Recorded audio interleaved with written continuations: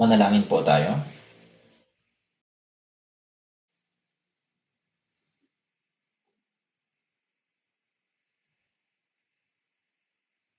Banal, mapagpala, at mahabagin naming Amang Diyos, taos-puso po kami nagpapasalamat sa inyo sa inyong dakilang pag-ibig na sa amin ay nagligtas. Kami noon ay namumuhay sa kasalanan at karapat-dapat sa paghukom at sa walang hanggang kaparusahan sa impyerno. Ngunit dahil sa inyong biyaya at habag, iniligtas ninyo kami at ginawa kaming inyong mga anak. Maraming salamat po sa pribilehiyong maging bahagi ng inyong iglesia. Salamat sa inyong patuloy na paggabay at pamamahala sa aming buhay at sa pagkakataong makapaglingkod sa inyo habang kami nabubuhay. Maraming salamat po sa pagtitipon ninyo sa mga kapatid na naligtas sa pamamagitan ng dugo ni Jesus at sa pagpahintulot ninyo na magkaroon kami ng pakikisama sa pamamagitan ng inyong banal na salita sa araw na ito. Naway samahan kami ng Espiritu Santo. Punuin ang bawat isa ng salitang kailangan at tulungan kaming maunawaan ito sa aming mga puso. Ang inyong salita nawa ang maging pagkain para sa aming mga kaluluwa na nagbibigay sa amin ng lakas, kaaliwan at katapangan. Itatag po ninyo kami sa inyong salita upang makalakad kami sa katotohanan at magliwanag bilang ilaw sa mundong ito. Ang pangalawang batch ng summer retreat ay kasalukuyang isinasagawa. Naway samahan po ninyo kami upang walang sino man mula sa mga naimbitahan ang mapahamak, kundi ang lahat ay maligtas. Gabayan at tulungan po ninyo ang mga ministers, ang mga volunteers, at ang mga kapatid na naglilingkod sa retreat na ito. Palakasin po ninyo ang mga may karamdaman, may hina at dumaranas ng kahirapan at pagdurusa. Tulungan niyo po sila na huwag manghina ang loob, kundi lalo pang tumingin at magtiwala sa inyo. Huwag ninyong hayaang may sino mang matisod, kundi tulungan niyo silang makabangon at makalakad sa katotohanan. Puspusin niyo po ng angkop na biyaya ang mga banal na hindi nakadalo ngayon. Samahan po niyo sila saan man sila naroroon. Samahan po ninyo ang mga misyonary at kanilang mga pamilya na nangangaral ng Ebanghelyo sa iba't ibang panig ng mundo. Palakasin niyo po sila sa spiritual at pisikal at gamitin sila ng mahalaga sa inyong dakilang gawain ng pagdiligtas ng maraming kaluluwa. Patibayin at tulungan po ninyo ang lahat ng mga banal at mga iglesia sa buong mundo. Ang buong oras na ito ay pinagkakatiwala namin sa inyong mga kamay. Dalangin po namin ito sa pangalan ni Jesus na sa amin ay nagligtas. Amen. Buksan po natin ang ating Biblia sa Efeso chapter 5. Efeso chapter 5.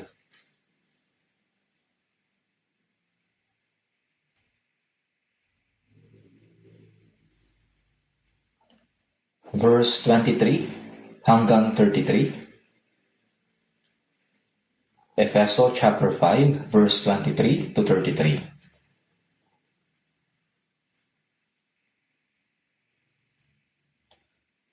Mula verse 22, mga asawang babae, pasakop kayo sa inyong mga asawa gaya ng pagpapasakop ninyo sa Panginoon.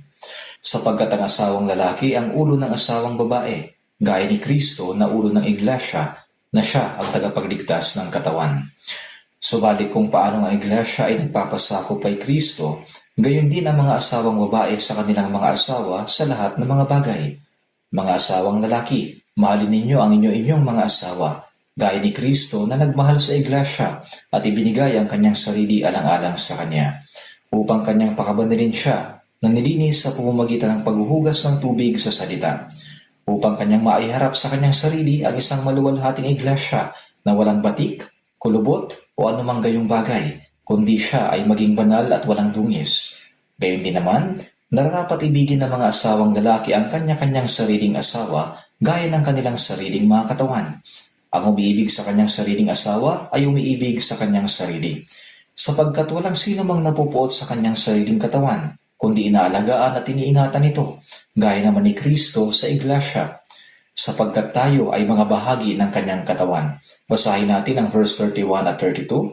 Dahil dito iiwan ng lalaki ang kanyang ama at ina at magsasama sila ng kanyang asawa at ang dalawa ay magiging isang laman.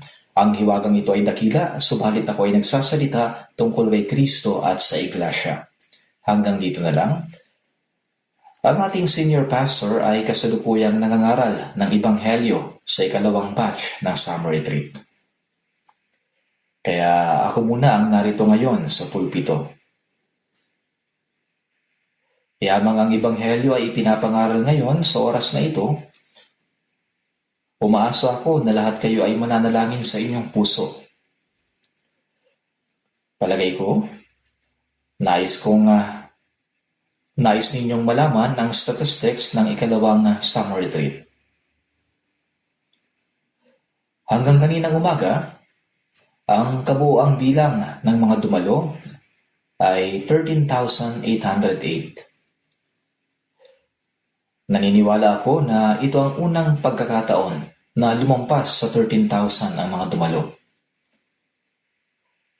Gayun din kahapon, ng oras ng tanghalian, umabot sa 10,528 ang bilang ng mga pagkain.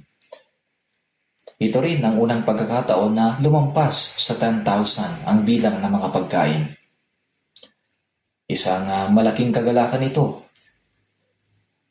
sapagkat ipinapakita nitong napakaraming tao ang may interes at nakikibahagi sa gawain ng Ebanghelyo.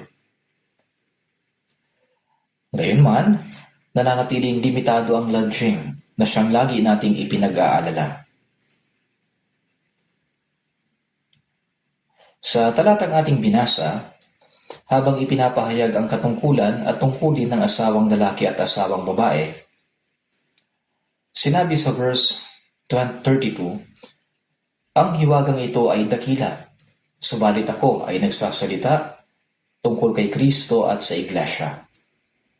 Kaya ginawa ko ang pamagat ng mensahe ngayon na si Kristo at ang iglesia, isang dakilang hiwaga tungkol sa mag-asawa. Kaya sumasama nating pagbulayan ang salita ng Diyos sa ilalim ng pamagat na ito. Maraming paghahambing ang ginamit sa Biblia upang isalarawan ang iglesia. Sa unang Korinto chapter 3 verse 9, tinawag ang iglesia na bukid ng Diyos at gusali ng Diyos. Sa unang Korinto chapter 3 verse 16 at 17, sinabi naman na kayo ang templo ng Diyos, sapagkat nanunahan sa atin ang Espiritu ng Diyos. Bukod dito, sa John chapter 10, sinabi ni Jesus, ako ang mabuting pastol. Ibinibigay ng mabuting pastol ang kanyang buhay para sa mga tupa. Ang mga taong naligtas sa pamamagitan ng sakripisyo ni Jesucristo na ating mabuting pastol ay inihahambing sa mga tupa at magkakasama tinatawag silang kawan ng Diyos. Ipinapakita ng mga paghahambing na ito ang malapit na kaugnayan ni Kristo sa kanyang iglesia at kung paano niya ito minamahal, inaalagaan at ginagabayan. Kaya nga sa John chapter 10 verse 16, magkakaroon ng isang kawan na may isang pastol. Dito, ginamit ng Panginoong Yesus ang paghahambing na pastol at mga tupa. Si Jesus ang mabuting pastol at ang mga taong naligtas ay ang kanyang kawan. Bukod dito, sa John chapter 15, gumamit din ang Panginoong Yesus ng isa pang paghahambing.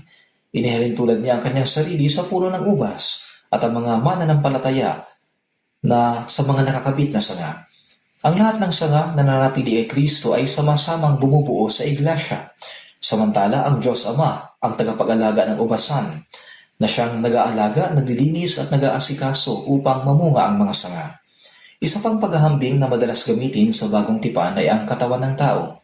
Sa unang Korinto chapter 12 verse 12, kung paano ang katawan ay iisa ngunit maraming bahagi at ang lahat ng bahaging ito, bagamat marami ay bumubuo ng iisang katawan, gayon din naman si Kristo. At sa unang Korinto chapter 12 verse 27, kayo nga ang katawan ni Kristo, bawat isa sa inyo ay bahagi nito. Sa mga talatang ito, ang iglesia ay inihalin tulad sa katawan ng tao. Si Jesus ang ulo at ang lahat ng mga naligtas ang bumubuo sa kanyang katawan. At ang bawat isa sa atin ay bahagi ng katawang iyon. Sa pamamagitan ng paghahambing ng ulo at katawan, ipinaliwanag ng Diyos ang malapit at hindi mapaghihiwalay na ugnayan ni Kristo sa kanyang iglesia. Kung paano ang ulo ang namamahal at gumagabay sa buong katawan, gayon din si Kristo ang namumuno, gumagabay at nagbibigay buhay sa kanyang iglesia. Ang bawat mananampalataya naman ay may kanya-kanyang tungkulin, ngunit sama-sama silang kumikilos bilang iisang katawan sa ilalim ng pamumuno ni Kristo. May isa pang mahalagang paghahambing na ginamit sa Biblia upang ilarawan ng iglesia, ang mag-asawa, ang lalaking ikakasal at ang babaeng ikakasal. Ang napakaraming paghahambing upang ipaliwanag ang tungkol sa iglesia ay nagpapakita kung gaano ito kahalaga sa paningin ng Diyos. Sa lahat ng paghahambing na ito, ang pinakamadalas na gamitin ay ang paghahambing sa mag-asawa, sa kasintahang lalaki at kasintahang babae. Kaya sa pagkakataong ito, nais nating pag-aralan ang temang ito sa kabuuan ng kasulatan. Kaya sa ating pag-aaral ng paksang ito, naway makita natin kung ano ang ginagawa ng Diyos sa buong kasaysayan ng sangkatauhan. Naway lalo rin nating maunawaan ang katayuan at tungkulin ng iglesia na ating kinabibilangan at mapag-isipan ang napakaraming pagpapalang ipinagkaloob ng Diyos sa kanyang iglesia. Mula pa lamang sa pasimula ng likhain ng Diyos ang unang lalaki at babae, ipinahayag na niya ang dakilang katotohanan ito. Ginamit niya ang relasyon ng mag-asawa upang ipakita at ihayag ang ugnayan ni Kristo at ng iglesia. Ipinapakita nito na ang pag-aasawa ay hindi lamang isang ugnayang pantao, kundi isang banal na larawan ng mas dakilang espiritual na katotohanan. Tingnan natin sa Genesis chapter 1 verse 27. Genesis chapter 1 verse 27.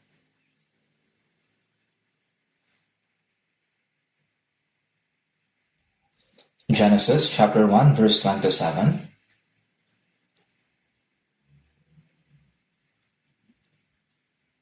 Basahin natin.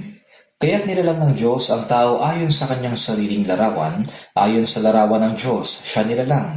Sila'y kanyang nilalang na lalaki at babae. Sa pangyayari na ito na paglikha sa unang tao, nakapaloob at nahayag ang layunin ng Diyos. Gaya ng alam natin, bagaman ang tao ay nagkasala at lumayo sa Diyos, nilikha ng Diyos ang tao upang ibigay sa kanila ang kanyang buhay at dalhin sila sa walang hanggang langit upang ibahagi ang kaluwalhatiang taglay ng Diyos. Kaya nga sinasabi sa Roma chapter 3 verse 23, yamang ang lahat ay nagkasala at hindi nakaabot sa kaluwalhatian ng Diyos. Pansinin natin, hindi lang sinabi sa talata na ang tao ay hindi makakapasok sa langit dahil sa kasalanan. Ang sinabi dito, hindi nakaabot sa kaluwalhatian ng Diyos. Ipinapahiwatig nito na ang orihinal na layunin ng Diyos sa paglikha sa tao ay upang makibahagi sila sa kanyang kaluwalhatian. Nang likhain ng Diyos ang tao sa pasimula, sinabi ng kasulatan na sila'y kanyang nilalang na lalaki at babae. May isang dakilang hiwaga na nakapaloob sa katotohanan ito. Sa paglikha ng lalaki at babae, ang lalaki ay larawan ng Diyos. Samantalang ang babae ay larawan ng sangkatauhan, ang minamahal na katuwang ng Diyos. Sa pamamagitan ng ugnayang ito, ipinapakita ng Diyos ang kanyang layunin na magkaroon ng isang malapit, tapat at walang hanggang relasyon sa kanyang bayan, tulad ng ugnayan ng mag-asawa. Ang paglikha sa lalaki at babae ay hindi lamang tungkol sa pag-aasawa, kundi isa ring larawan ng dakilang pag-ibig ni Kristo sa iglesia. Gaya ng ating nalalaman, sinasabi sa unang Juan chapter 4 verse 8 at 16, ang Diyos ay pag-ibig. Ang pag-ibig ay hindi maaaring nag-iisa, hindi ba? Ang pag-ibig ay laging nangangailangan ng isang bagay na dapat ibigin. Ang Diyos ay nangangailangan ng isang bagay na dapat ibigin. Kaya naman sinasabi sa unang Korinto chapter 11 verse 7, ang lalaki ay larawan at kaluwalhatian ng Diyos. Kaya nga ang lalaki ay talagang hindi dapat magtalukbong ng kanyang ulo. Sa pagkakasunod-sunod, ang ulo ng bawat lalaki ay si Kristo, ang ulo ng babae ay ang lalaki, at ang ulo ni Kristo ay ang Diyos. Sinasabi nito na ang lalaki ay larawan at kaluwalhatian ng Diyos. Ibig sabihin, lalaki, kumakatawan sa Diyos. Ang babae naman ang kumakatawan sa layon ng pag-ibig ng Diyos. Sila'y kanyang nilikha na lalaki at babae. Sa chapter 2, binanggit ang paglikha sa kanila. At sa chapter 1 naman, ito ay mas idinetalye. Kung ating mapapansin ang pagkakasunod-sunod, hindi niya sila nilikha ng parehong oras. Nilikha muna ng Diyos ang lalaki at pagkatapos ay ang babae. Ito ay nakasulat sa Genesis chapter 2 verse 18. Sinabi ng Panginoong Diyos, hindi mabuti na ang lalaki ay nag-iisa. Siya ay gagawa ko ng isang katuwang na nababagay sa kanya. Kaya sa verse 18, sinabi ng Panginoong Diyos, hindi mabuti na ang lalaki ay nag-iisa, siya ay gagawa ko ng isang katuwang na nababagay sa kanya. Kaya't mula sa lupa ay nilalang ng Panginoong Diyos ang lahat ng hayop sa parang at ang lahat ng ibon sa ipapawid at dinala sa lalaki upang malaman kung anong itatawag niya sa mga iyon. At ano man ang itawag ng lalaki sa bawat buhay na nilalang ay siyang pangalan nito. At pinangalanan ng lalaki ang lahat ng hayop at ang mga ibon sa ipapawid at ang bawat hayop sa parang. Subalit para sa lalaki ay walang nakitang katuwang na nababagay para sa kanya. Kaya't pinatulog ng mahimbing ng Panginoong Diyos ang lalaki at habang siya'y natutulog, kinuha niya ang isa sa kanyang mga tadyang at pinaghilom ang laman sa lugar na iyon. At ang tadyang na kinuha ng Panginoong Diyos sa lalaki ay ginawang isang babae at dinala siya sa lalaki. Basahin natin na 23. At sinabi ng lalaki, sa wakas ito'y buto ng aking mga buto at laman ng aking laman. Siya'y tatawaging babae sapagkat sa lalaki siya kinuha. Kaya't iniiwan ng lalaki ang kanyang ama at ang kanyang ina at pumipisan sa kanyang asawa at sila'y nagiging isang laman. Ang lalaki at ang kanyang asawa ay kapwa-hubad, ngunit sila'y hindi nahihiya. Bakit hindi sila nilikha ng Diyos nang magkasabay sa parehong oras? Bakit nilikha niya muna ang lalaki at sinabing hindi mabuti na ang lalaki ay nag-iisa? Siya ay gagawa ko ng isang katuwang na bagay sa kanya. Ngayon, si Adan sa halamanan ng Eden ay nagkaroon ng autoridad na pamahalaan at pangalagaan ng lahat sa halamanan. Si Adan sa halamanan ng Eden ay kumakatawan sa Diyos mismo. Dahil pag-aari ng Diyos ang lahat, bagaman mayroong autoridad si Adan at pinamamahalaan niya ang lahat, wala siyang katuwang. Sumasalamin ito sa puso ng Diyos kung gaano siya nagnanais na makahanap ng katuwang sa pag-ibig. Kung susundin natin ang pagkakasunod-sunod ng mga talata, pinangalanan ng lalaki ang lahat ng hayop at ang mga ibon sa ipapawid at ang bawat hayop sa parang. Anumang pangalang ibinigay ni Adan ay siya ngang naging pangalan ng mga ito. Mula rito malalaman natin na ang unang tao ay mayroong pambihirang karunungan. Mayroon siyang katalinuhan. Hindi siya kagaya ng mga primitibong tao na ipinapakita sa mga pelikula na parang walang dunong at sumisigaw lamang. Hindi siya ganon. Nilalang siya ayon sa larawan ng Diyos. At dahil taglay niya ang intelektual at moral na katangian ng Diyos, pinagkalooban siya ng natatanging katalinuhan. Habang pinapangalanan ni Adan ang mga hayop, napansin niya na silang lahat may kapares, subalit siya'y nag-iisa. Siya lamang ang walang katuwang sa pag-ibig. Kaya sa kanyang pagpapangalan sa mga hayop, pinahintulot ng Diyos na siya'y maghangad na magkaroon ng katuwang sa pag-ibig. Pagkatapos ito'y mahimbing na pinatulog ng Diyos si Adan. Gaano kahimbing ang pagkakatulog na ito na hindi niya namalayan na inalis na ang isa sa kanyang mga tadyang. Kaya kinuha ng Diyos ang kanyang tadyang at lumikha ng babae at ibinigay kay Adan. At sinabi ng lalaki, sa wakas, ito'y buto ng aking mga buto at laman ng aking laman. Siya'y tatawaging babae sapagkat sa lalaki siya kinuha. Kaya nagkaroon ng lalaki at babae. Kaya tiniiwan ng lalaki ang kanyang ama at ang kanyang ina at pumipisan sa kanyang asawa at sila'y nagiging isang laman. Dito unang naganap ang tungkulin ng isang lalaki at babae upang bumuo ng isang pamilya. Ito ay monogamy at hindi polygamy. Mayroong hiwaga sa loob nito. Tama ba? Gaya ng ating nalalaman, nagkasala si Adan sa Genesis chapter 3. Kaya ang lahat ng tao ay mayroong likas na kasamaan. Ipinanganak tayo sa kalagayang hiwalay sa Diyos. Mga taong nabubuhay sa kasalanan at nakatakdang humarap sa paghuhukom at sa impyerno. Si Adan ay kumakatawan sa sangkatauhan. Ngunit si Adan rin ay kumakatawan bilang anino ni Jesus. Si Adan ay natulog ng mahimbing habang ang isang bahagi ng kanyang katawan ay nakabukas. At bilang resulta, ang isang babae ay nilikha. Ito'y bumuo ng isang pamilya at nagkaroon siya ng katuwang sa pag-ibig. Kaya sa Roma chapter 5 verse 14, sinabi, na si Adan, siya ay isang anyo ng isa na darating. Ang isa na darating ay si Jesus. Naparito si Jesus sa katawang tao. Siya'y namatay sa krus at dumanak ang kanyang dugo.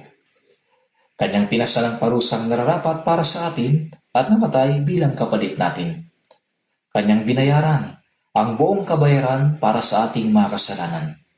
Kaya ngayon, ang Ebanghelyo ay nabuo.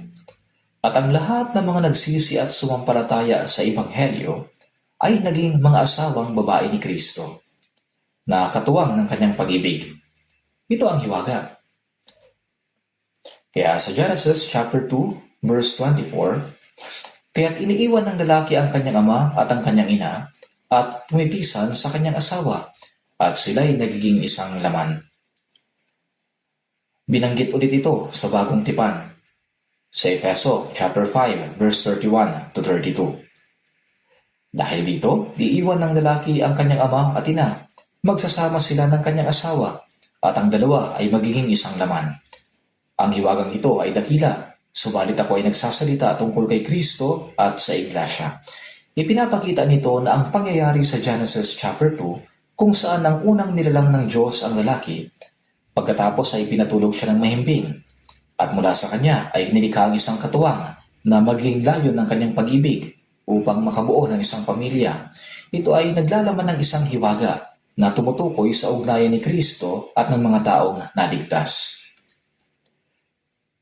Ang mga taong naligtas na siyang Iglesia. Sa madaling salita, sa proseso ng paglikha ng unang tao, ay ipinahayag na ang kaugnayan ni Kristo at ng Iglesia. Ito ay tulad sa relasyon ng isang lalaki at babaeng ikakasal o ng mag-asawa. Ugnayang nakabatay sa pag-ibig, kung saan ang Iglesia ang layo ng pag-ibig ni Kristo, ang object of love. Ang Isaiah chapter 54 ay chapter sa Lumang Tipan na kumakatawan at nagpapaliwanag sa relasyon ng Israel at ng Diyos bilang mag-asawang lalaki at babae. Itong Isaiah chapter 54. Kaya buksan natin sa Isaiah chapter 54. Ang Isaiah chapter 53 naman ay naglalaman ng malinaw na propesiya tungkol sa pagdating ni Jesucristo na isinulat humigit kumulang 700 years bago siya ipinanganak sa mundo. Inilalarawan nito kung paano siya mamamatay sa krus upang lutasin ang problema sa kasalanan. Kasunod nito ay Isaiah chapter 54, verse 1. Isaiah chapter 54, verse 1.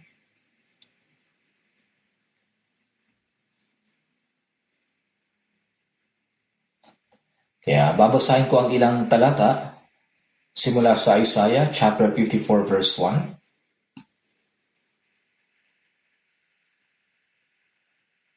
Sa verse 1, umawit ka o baog, ikaw na hindi nanganak, ikaw ay biglang umawit at sumigaw ng malakas, ikaw na hindi nakaranas ng hirap sa panganganak, sapagkat ang mga anak ng babaeng iniwan ay magiging higit na marami kaysa mga anak ng may asawa, sabi ng Panginoon.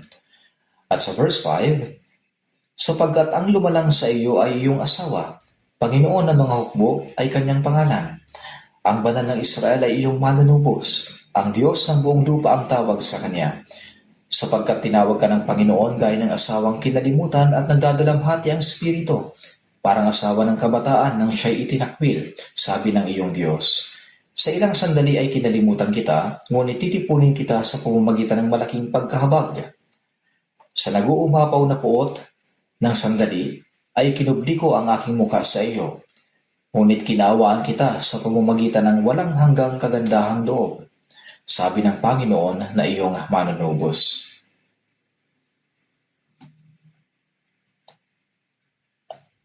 Ang nilalaman ng Isaiah chapter 54 ay nagpapahayag ng pagsamba ng Israel sa mga Diyos-Diyosan at ang kanilang pagtanggi kay Jesucristo na isinugo ng Diyos. Dahil dito, sila ay dinilang bihag sa Babylonia at kinalaunan ay ikinalat sa iba't ibang panig ng mundo. Ngunit dahil sa Diyos ang kanilang asawang lalaki, kanyang ipinangako na muli niyang panunumbalikin ng Israel nang sa gayoy sila'y lumago, lumakas at maging dakilang bansa. Sa verse 1 ay makikita natin, "O baog, ikaw na hindi nanganak, at babaeng iniwan." Makikita rito ang paghahambing sa baog na hindi nanganak at sa babaeng iniwan. Ito ay nabanggit rin sa Galatia chapter 4 verse 1-7. Ang baog na hindi nanganak ay tumutukoy sa Israel, at sa kung malawak na kahulugan ay sa Iglesia ni Kristo. Samantalang ang babaeng iniwan ay tumutukoy sa kapangyarihan ng Babylonia na pinakamakapangyarihang imperyo ng panahong yon. Dito ay sinasabi, "Umawit ka o baog, ikaw na hindi nanganak, at ikaw na hindi nakaranas ng hirap sa panganganak."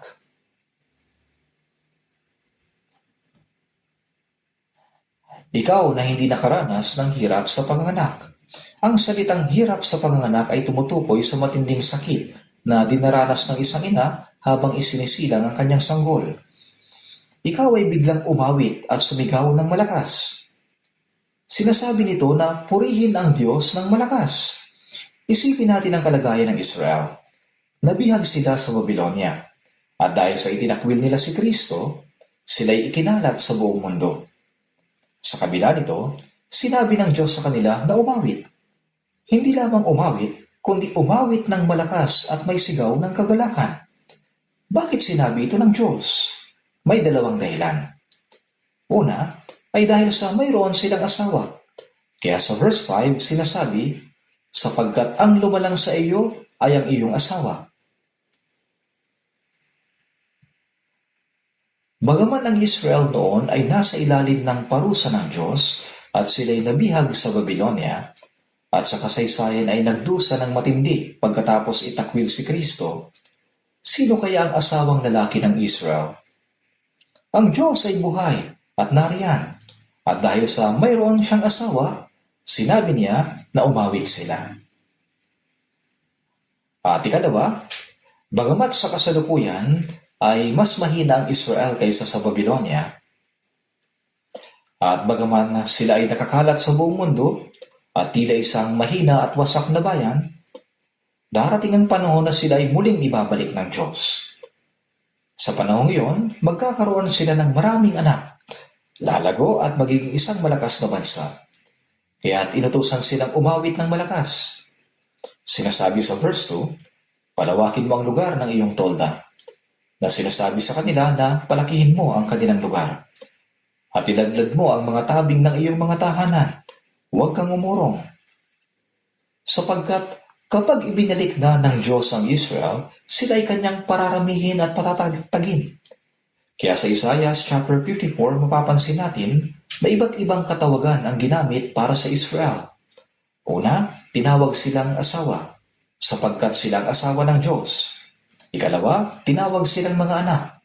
At makikita natin sa verse 13, "Lahat ng iyong anak ay tuturuan ng Panginoon." Dito, ang Israel ay tinawag na mga anak. At ang salitang tuturuan ng Panginoon, ibig sabihin ay magiging mga alagad. Lahat ng iyong anak ay tuturuan ng Panginoon, sabi sa verse 13. Ang salitang tuturuan ng Panginoon, ibig sabihin ay magiging mga alagad. Kaya ang Israel ay tinawag ding mga alagad ng Panginoon. Sa huling bahagi ng verse 17, ginamit ang salitang lingkod. Sinasabi na ang Israel ang asawang babae, ang anak, ang alagad, at ang lingkod ng Diyos. Para sa mga naligtas, tayo ang tunay na asawang babae ni Kristo, at si Kristo ang ating lalaking ikakasal. Tayo ang asawang babae ng Diyos, na siyang ating asawang lalaki. Kasabay nito, tayo rin ay kanyang mga anak. Tayo rin ay kanyang mga alagad. At dahil tinawag tayo na gawin ang gawain ng Panginoon dito sa lupa, tayo rin ay kanyang mga lingkod. Ang Isaiah chapter 53 ay nagsasalita tungkol kay Kristo. Ipinapahayag nito ang mga bagay na matutupad kay Kristo. Kaya nang inilarawan ang relasyon sa pagitan ng Diyos at Israel bilang asawang lalaki at babae, ito ay tumutukoy kay Kristo. Ito ay anino? Ang relasyon sa pagitan ng Kristo at ng Iglesia bilang mag-asawa, bilang lalaki at babaeng ikakasal. Kaya sinasabi sa verse 6, gaya ng asawang kinalimutan at nagdadalamhati ang spirito, parang asawa ng kabataan nang siya itakwil. Naging asawa siya noong kabataan, ngunit siya itinakwil, subalit hindi kinalimutan. Sinasabi sa verse 7, titipunin kita sa pamamagitan ng malaking pagkahabag. At sa verse 8, kinaawaan kita sa pamamagitan ng walang hanggang kagandahang loob. Sinasabi rito na muli silang titipunin at ibabalik sa pamamagitan ng malaking awa at walang hanggang kagandahang loob. At sa verse 9 hanggang 10, sapagkat para sa akin, ito ay parang tubig sa panahon ni Noe. Mga kapatid, ang tanging pangyayaring maihahambing sa baha ni Noe ay ang pangyayari sa krus. Kung paano ang buong mundo ay hinatulan sa pamamagitan ng tubig, gayon din, ang hatol sa lahat ng tao ay minsanang isinagawa sa krus na Jesucristo. At sa pamamagitan ng dakilang gawa ng pagtubo sa krus, ang Diyos ay nagbigay ng tipan na hindi na niya kailanman iiwan silang mga nagsisisi at naniwala, kundi gagawin silang kanyang mga anak. Ito ang tipan ng kapayapaan. Kaya nga sinasabi sa verse 10, ang aking kagandahang loob ay hindi hihiwalay sa iyo, o ang aking tipan ng kapayapaan ay hindi maalis. Kaya kahit na ang Israel ay bihag ng Babylonia at ikinalat sa buong mundo dahil sa pagtanggi kay Kristo, ang Diyos ay nangangako na sa pamamagitan ng kanyang malaking kahabagan, walang hanggang kagandahang loob at tipan ng kapayapaan, muli silang ibabalik sa kanilang dating katayuan bilang kanyang asawa, babaeng ikakasal. Kailan ito mangyayari? Sa kasaysayan, ito ay maisa sa katuparan sa panahon ng Millennium Kingdom. Ito ang panahon na ang buong daigdig ay pamamahalaan na ang sentro ay ang Israel at Jerusalem. Sa panahong yon, direktang maghahari si Jesucristo. At si Jesucristo ang magiging asawang lalaki, samantalang ang Israel ay mamumuno bilang asawang babae ni Kristo. Kaya ang relasyon sa pagitan ng Diyos at Israel ay paunang larawan ng relasyon sa pagitan ni Kristo at ng Iglesia. Tingnan natin sa Jeremias chapter 3. Jeremias chapter 3.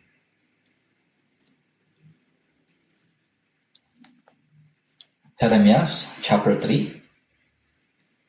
Kaya sa buong lumang tipan, paulit-ulit na binabanggit ng Diyos ang kanyang sarili bilang asawang lalaki ng Israel. Basahin natin, Jeremias chapter 3 verse 14 at 15. Manumbalik kayo o taksil na mga anak, sabi ng Panginoon, sapagkat ako ay Panginoon sa inyo.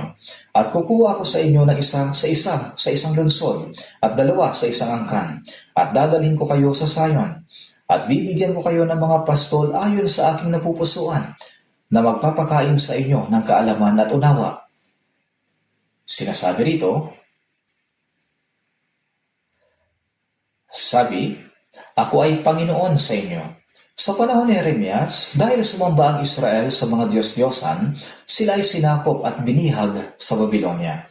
Ngunit dahil ang Diyos ang kanilang asawa, siya'y nangako na ibabalik sila at bibigyan ng pastol upang sila'y turuan at alagaan. Alang-alang sa Sion ay hindi ako tatahimik, at alang-alang sa Jerusalem ay hindi ako magpapahinga, sabi rito. Isaiah chapter 62. Chapter 62, sa verse 1 ay makikita natin, alang-alang sa Sion ay hindi ako tatahimik, at alang-alang sa Jerusalem ay hindi ako magpapahinga, hanggang sa ang kanyang katuwiran ay lumitaw na parang ningning, at ang kanyang kaligtasan na gaya ng sulong ng dininas. Nangako ang Diyos na tiyak na panunumbalikan niya ang Israel at Jerusalem, hanggang sa ganap silang maibalik. Sinabi ng Diyos, hindi ako tatahimik. Ibig sabihin, patuloy siyang kikilos. Basahin natin sa verse 4, hindi ka natatawagin pang pinabayaan, hindi na rin tatawagin pang iyong lupain na giba, kundi ikaw ay tatawagin, aking katuwaan ay nasa kanya, at ang iyong lupain ay tatawagin may asawa, sapagkat ang Panginoon ay nalulugod sa iyo at ang iyong lupain ay magiging may asawa. Kapag pumupunta tayo sa ating retreat center, mayroong Hepzibah Cafe. Doon ang galing ang pangalang ito. Ang ibig sabihin ng Hepzibah ay ang aking katuwaan ay nasa kanya. At ang Beulah ay asawang babae. Gaya ng Israel na tila pinabayaan dahil sa pagsamba sa mga Diyos-Diyosan at pagtanggi kay Kristo. Na anupat ang kanilang lupain ay napunta sa mga hintil. Ang Diyos ay nagsalita na muli niyang ibabalik ang Israel at Jerusalem. Na sinasabing, hindi ka natatawagin pang pinabayaan. Hindi na rin tatawagin pa ang iyong lupain na giba. Kundi ikaw ay tatawagin ang aking katuwaan ay nasa kanya at ang iyong lupain ay tatawagin may asawa. Sa kanilang panunumbalik, ang kanyang lubos na kagalakan ay mapapasa kanila. Ang Beulah na ibig sabihin asawang babae ay nangangahulugang may sariling asawa. Napakaganda ng kahulugang ito. Kaya nang tayo ay naligtas, kanino natutuwa ang Diyos? Ito'y sa kanyang mga banal. Sinasabi sa mga awit, chapter 16 verse 3, tungkol sa mga banal na nasa lupa, sila ang mararangal. Sa kanila ako lubos na natutuwa. Ang Diyos ay nagagalak at natutuwa sa ating mga naligtas. Kasabay nito, nang tayo ay naligtas, tayo ay naging babaeng ikakasal at asawang babae ni Jesus. At si Kristo ang ating mapapangasawa. Yamang ang lahat ay isinakatuparan ni Kristo, ipinapaliwanag dito ang relasyon sa pagitan ng Diyos at Israel bilang relasyon ng mapapangasawa at ng mapapangasawa. At nalalaman natin ang tatlong persona. Ano ang pinakamahalagang gawain ng tatlong persona? Ang pinakasentrong gawain nito ay ang paghahanap ng babaeng mapapangasawa ni Jesucristo, na siyang lalaking kakasal. Ang pangunahing gawain ng Diyos ay ang maghanap ng kabahagi ng kanyang pag-ibig, ang tatanggap ng kanyang pag-ibig. Kaya ang Diyos Ama ay naghanda ng isang piging ng kasalan. Ang Diyos Anak, si Jesus, ay naparito sa anyo ng tao. Siya ay namatay sa krus. Ipinako ang kanyang kamay at paa. Ang kanyang tagiliran ay tinusok ng sibat. At sa pamamagitan ng sakripisyong ito ay tinupad niya ang ebanghelyo na nagbukas ng daan upang magkaroon ng asawang babae. At ang Diyos, Espiritu Santo, ang gumaganap bilang isang matchmaker o tagapamagitan na ipinapahayag ang ebanghelyong tinupad na Jesus upang magdala ng mga tao sa kaligtasan upang maging mapapangasawang babae ni Jesucristo. Kaya ang pinakadakilang gawain ng tatlong persona ay ang paghahanap ng kabahagi ng kanyang pag-ibig. Ang paghahanap ng tatanggap ng kanyang pag-ibig. Tingnan natin sa Mateo chapter 22, verse 1. Una, ang Diyos Ama ay naghanda ng isang piging ng kasalan upang hanapin ang babaeng kakasal. Matthew chapter 22, verse 1 at 2.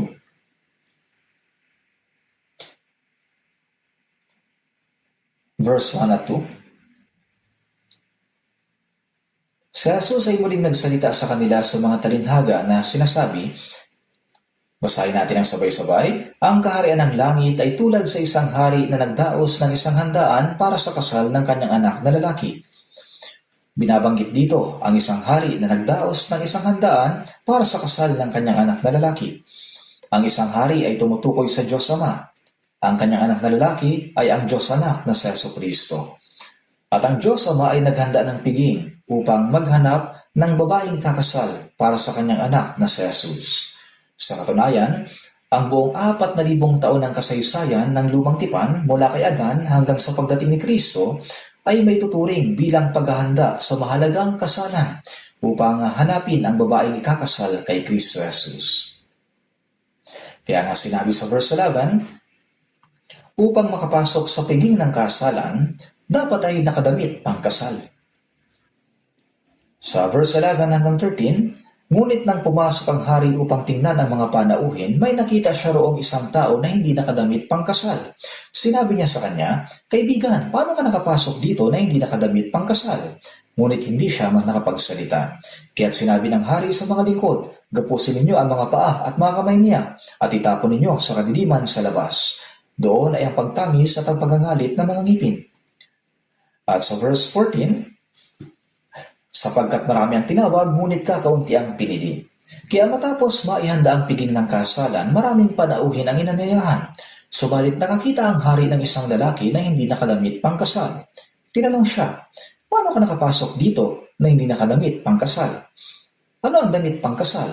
Ito ang damit ng kaligtasan at ang balabal ng katuwiran. Kailangan nating tanggapin ang ibanghelyong tinupad ni Kristo. Ito ang pagsusuot ng damit pangkasal. Silang mga hindi nakadamit pangkasal ay sinabihang itatapon sa kadiliman. Sa madaling salita, ang Diyos Ama ay naghanda ng piging upang hanapin ang babaeng kakasal para kay Kristo. Kung paanong mula sa tadyang ni Adan ay nilikha ang babae at sa gayon ay naitatag ang pagsasama ng lalaki at babae bilang isang pamilya at isang ugnayan ng pag-ibig, gayon din naman si Jesus. Sa kanyang pagparito at pagkamatay sa krus, tinupad niya ang ibanghelyo at inihanda ang daan para sa babaeng ikakasal kay Kristo. Sa pamamagitan ng kanyang paghahandog ng kanyang sarili sa krus, binuksan niya ang daan ng kaligtasan. Kaya tingnan natin sa Revelation chapter 19, Apocalypse chapter 19 verse 9.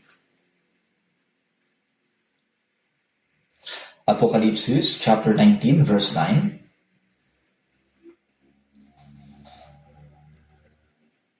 Basahin natin, at sinabi ng anghel sa akin, isulat mo, mapapalad ang mga inanyayahan sa hapunan ng kasalan ng kordero. At sinabi niya sa akin, ito ang mga tunay na salita ng Diyos. Dito ay makikita natin, mapapalad ang mga inanyayahan sa hapunan ng kasalan ng kordero. Kaya mga kordero ay siyang lalaking ikakasal. Ang ibig sabihin nito ay mapalad ang mga taong inanyayahan bilang babaeng ikakasal sa kasalan ng kordero. Sa madaling salita, mapalad ang mga taong naligtas sa pamamagitan ng Ibanghelyo at naging babaeng kakasal kay Kristo. Pagkatapos sabihin ito, idinagdag pa, ito ang mga tunay na salita ng Diyos. Ang katotohanan sa Jesucristo ang lalaking ikakasal at ang mga taong naligtas ang babaeng kakasal ay tunay na salita ng Diyos. Tunay na kahanga-hanga at kamangha-mangha ang katotohanan tayo ay naligtas at naging babaeng kakasal sa kordero sa pamamagitan ng kanyang biyaya. Ang gawain ng Espiritu Santo ay ipahayag si Kristo upang ang mga tao ay maging babaeng kakasal sa kordero. Sa madaling salita, ang gawain ng Espiritu Santo ay tulad sa isang matchmaker na naghahanda sa babaeng kakasal para sa lalaking ikakasal. Kaya nga sinasabi sa Gawa, chapter 1, verse 8, ngunit tatanggap kayo ng kapangyarihan pagbaba sa inyo ng Espiritu Santo, at kayo magiging mga saksi ko sa Jerusalem, sa buong Judea at Samaria, at hanggang sa kaduluduluhang bahagi ng lupa. Sinabi, tatanggap kayo ng kapangyarihan pagbaba sa inyo ng Espiritu Santo, kayo'y magiging mga saksi ni Kristo. Ganoon din sa John chapter 15, verse 26 to 27, sinabi, subalit kapag dumating na ang mga aliw na aking susuguin sa inyo mula sa Ama, ang Espiritu ng katotohanan na mula sa Ama, siya ang magpapatotoo tungkol sa akin, at kayo rin ay magpapatotoo sapagkat kayo nakasama ko buhat pa ng simula. Kaya ang Espiritu Santo ang nagpapatotoo tungkol kay Kristo, at ang mga alagad ng Panginoon ay nagpapatotoo din tungkol sa Kanya, dahil sila ay nakasama niya mula pa noong una. Ang mga alagad, gayon din ang lahat ng mga mananampalatayang naligtas ay mga kasangkapang ginagamit ng Espiritu Santo. Sila mga kasangkapan upang ipahayag si Kristo. Ngunit sinabi ni Apostol Pablo na ang mga taong naligtas ay mga tagapamagitan na naghahanda para sa babaeng kakasal para kay Kristo. Tingnan natin sa 2 Korinto chapter 11 verse 2. 2 Korinto chapter 11 verse 2. Basahin natin. Ako'y nakakaramdam sa inyo ng makadiyos na paninibugho, sapagkat kayo itinakda akong mapangasawa ng isang lalaki, na kayo'y maiharap kay Kristo bilang isang malinis na berhen. Ngunit ako'y natatakot na kung paanong si Eva ay dinaya ng ahas sa pamamagitan ng kanyang katusuhan, ang inyong mga pag-iisip ay mailagaw mula sa katapatan at kadalisayan kay Kristo.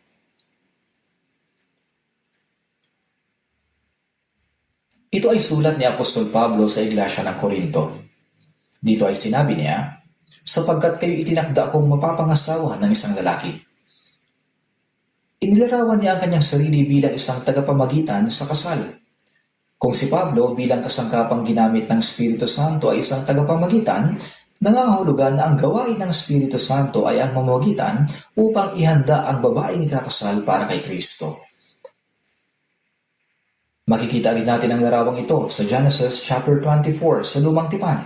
Tinawag ni Abraham ang kanyang matandang alipin na si Eliezer na taga Damasco, na siyang katiwala ng kanyang sambahayan, at inutusan niya si Eliezer na maghanap ng mapapangasawa ni Isaac.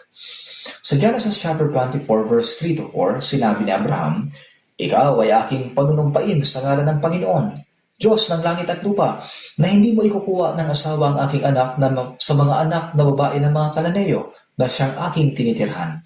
Ngunit ikaw ay pupunta sa aking lupain, sa aking kamag-anak, at ikukuha mo roon ng asawa ang aking anak na si Isaac."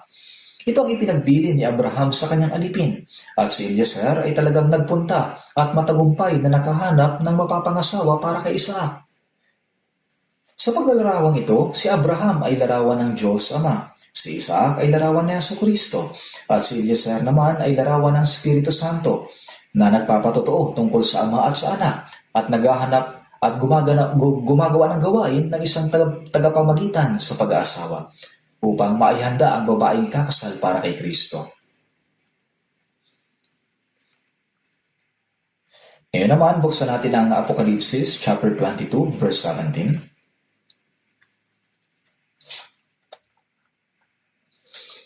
Apokalipsis chapter 22 verse 17, basahin natin. "Ang spirito at ang babaeng ikakasal ay nagsasabi, 'Halika!' At ang nakikinig ay magsabi, 'Halika!' At ang nauuhaw ay pumarito. Ang may ibig ay kumuha ng tubig ng buhay ng walang bayad." Dito ay sinasabi, ang spirito at ang babaeng kakasal ay nagsasabi, "Halika!" At ang may ibig ay kumuha ng tubig ng buhay ng walang bayad. Ang spirito dito ay tumutukoy sa Espiritu Santo, samantalang ang babaeng kakasal ay tumutukoy sa church o iglesia, sa mga mananampalatayang tumanggap ng kaligtasan. May ilang relihiyosong grupo na nagsasabing, kung paanong may Diyos Ama, meron din daw Diyos Ina. Kaya sinasabi nilang ang spirito rito ay ang Diyos Ama at ang babaeng kakasal daw ay ang Diyos Ina.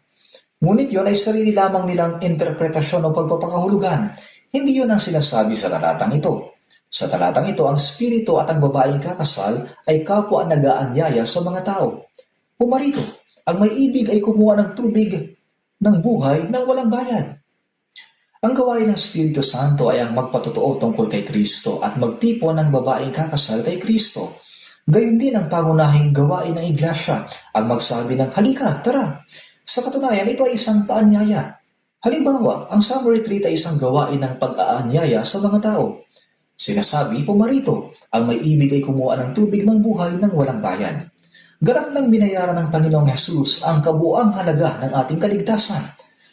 Kaya sino man ay pwedeng lumapit, magsisi at sumampalataya sa Ebanghelyo. Ito lang ang kailangan para tanggapin ang tubig ng buhay.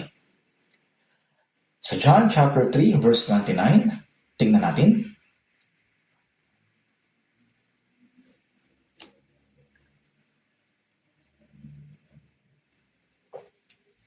John chapter 3 verse 29, "Ang babaeng kakasal ay para sa lalaking kakasal, ngunit ang kaibigan ng lalaking kakasal na nakatayo at nakikinig sa kanya ay lubos na nagagalak dahil sa tinig ng lalaking kakasal.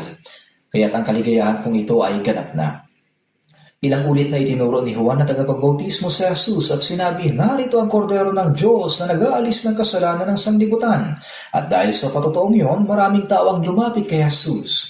Kaya sinabi ng mga alagad ni Juan, "Rabbi, yung kasama mo sa kabila ng Jordan na iyong pinatutuhanan ay nagbabautismo at ang lahat ay lumalapit sa kanya." Sinabi nila ito dahil sila ay nalulungkot at tila naiinggit na ang mga tao ay hindi na kay Juan pumupunta, kundi kay Jesus na. Nang marinig ito ni Juan na tagapagbautismo, sinabi niya, ang babaeng kakasal ay para sa lalaking kakasal. Sa pamamagitan ng pananalitang ito, ipinakilala rin ni Juan si Jesus bilang lalaking ikakasal. At ang mga taong nagsisisi sa kanilang mga kasalanan, sumasampalataya at lumalapit kay Jesus ay inihantulad sa mga babaeng ikakasal. Kaya dito ipinahayag ni Juan na siya ay babaeng ikakasal, ngunit siya rin ay kaibigan ng lalaking kakasal, na nagagalak kapag nakikita niyang tinatanggap ng lalaking kakasal ang babaeng kakasal. Isipin ninyo, Sa isang kasalan, ang kaibigan ng lalaking kakasal ay nagagala habang pinagmamasdan ng seremonya. Hangad niya ang ikabubuti ng bagong mag-asawa at ginagawa niya ang lahat na makakaya upang makatulong sa kanila. Gayon din naman, ang isang taong naligtas ay babaeng ikakasal kay Kristo, ngunit siya rin ay kaibigan ng lalaking kakasal. Nais niyang maipahayag si Kristo sa maraming tao at may kagalakang makibahagi sa gawain ng Espiritu Santo upang makapag-akay ng mga tao kay Kristo. Kaya habang tinitingnan natin ang buong kasulatan, makikita natin na ang pangunahing gawain ng Trinity God, ng Ama, ng Anak at ng Espiritu Santo ay ang magtipon ng babaeng kakasal para kay Kristo. Ng mga tao makikibahagi sa kanyang walang hanggang pag-ibig. Ang kondisyon upang maging babaeng kakasal kay Kristo ay ang matanggap si Jesucristo bilang tagapagligtas. Ang matanggap si Kristo bilang tagapagligtas ang tanging kondisyon upang maging babae na sa kanya ay ikakasal. Ang aklat ng Oseas ay isa sa mga aklat sa Biblia na pinakamalinaw na nagpapaliwanag sa katotohanan ito. Tingnan natin sandali. Buksan natin sa Oseas, kasunod ng Daniel, sa Lumang Tipan. Oseas, chapter 1.